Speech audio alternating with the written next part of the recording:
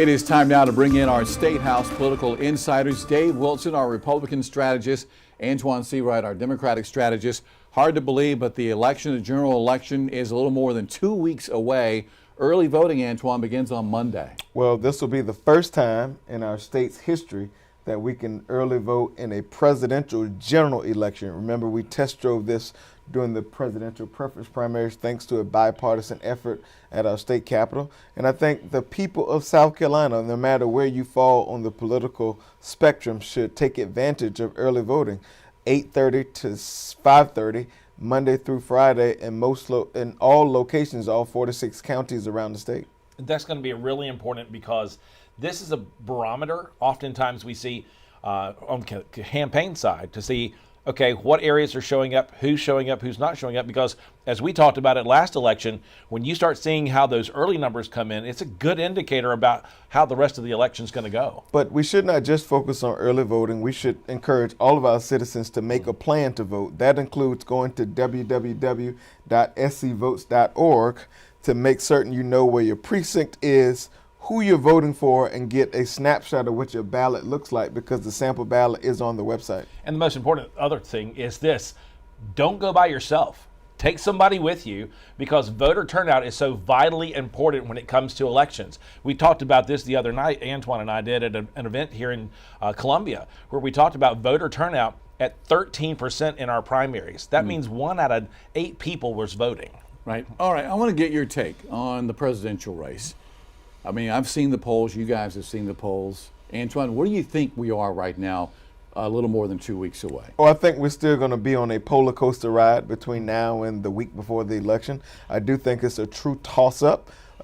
Quite frankly, in honesty, I think 7 states will ultimately decide the 270 magic number. But up and down the ballot, you have Senate, House, gubernatorial races, 10 states with reproductive freedom on the ballot. I think it's a true toss-up. I'm excited about the early vote numbers in Georgia, excited about the lines in North Carolina, Pennsylvania, and others, but we'll just have to see.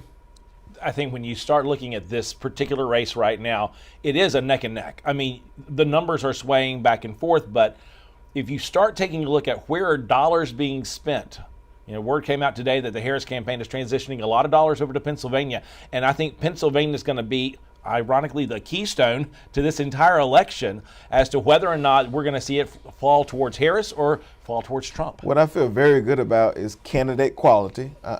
No doubt in my mind, Kamala Harris is a much better candidate, more qualified candidate, and quite frankly, more of a uniter in terms of bringing people together. But I also feel good about our party's infrastructure as well as the campaign infrastructure. We have a good mix of a high-tech and a high-touch effort all around the country. And I think Democrats, Republicans, and independents will likely lean in towards bringing our country together and not division. But it's going to be a close election. Well, the other point is this, as Antoine said a moment ago, when you go and you take a look at your ballot, the presidential names are the only ones at the very top. There are probably dozens of other names that are going to be on your ballot. Everything that has to do from what your water and sewer commissioners in some areas of our state to your House of Representatives member, your state Senate member, all of those are up for election this year, JR. You got to know who you're going to be going in and voting for, because quite often people hit the top of the ticket and they don't go any further down. We did a story just last night on VC Summer. It seems that lawmakers, some members of the legislature, are talking about the idea of restarting VC Summer nuclear reactors, that failed project from a few years ago that cost taxpayers a lot of money, Antoine. Well, Republicans are in charge of everybody in our state, and so they will probably drive the conversation and drive the tone on that.